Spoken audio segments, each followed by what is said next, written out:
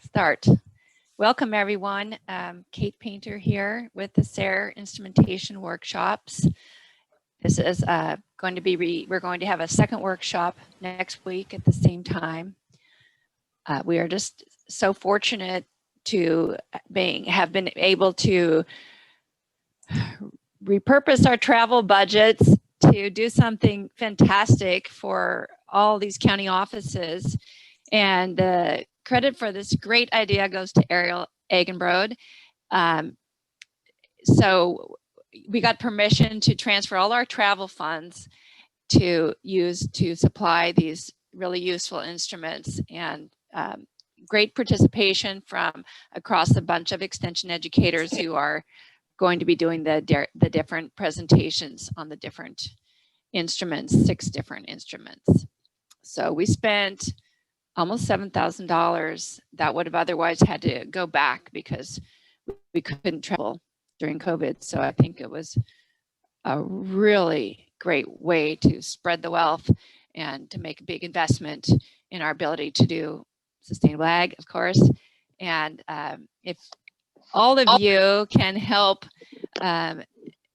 with the statistics, you should have gotten a spreadsheet that really indicates what I have to report back in the grant report in terms of how many people were reached, how much outreach was done, what you did. So if you can help me by keeping track of what you've done with the instruments you've received, if you've done a presentation or helped a bunch of people or anyway used it in another workshop, and you have to do the head counting anyway, please remember that we need that head counting for our SARE grant report that we have to do every year.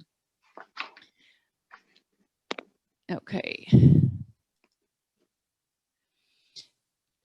Today I'm going to start with a presentation on using soil probes and kind of the basics of soil testing. Ariel Eigenbrod is going to talk about soil pH meters, and then Carmen Wilmore is going to talk about hay probes. Next week, Jen Jensen is going to talk about PAR meters, and these are very expensive instruments. They're over $500 each.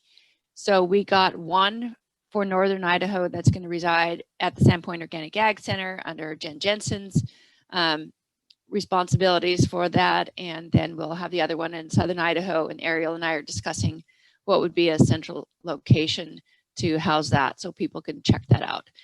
And then Ken Hart is going to talk about tensiometers, and there's also some interesting information on how you can build your own that he will talk about. And then Iris Mays is going to talk about smart flow meters next week.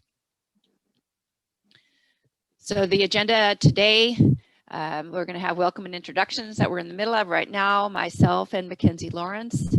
Then I will talk about soil probes and soil testing, about a 20-minute presentation, 10-minute Q&A. Then we'll have a 10-minute break, or 5-minute break, excuse me.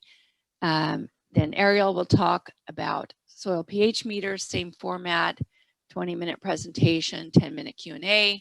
Another 5-minute break at 10:15 or 11:15.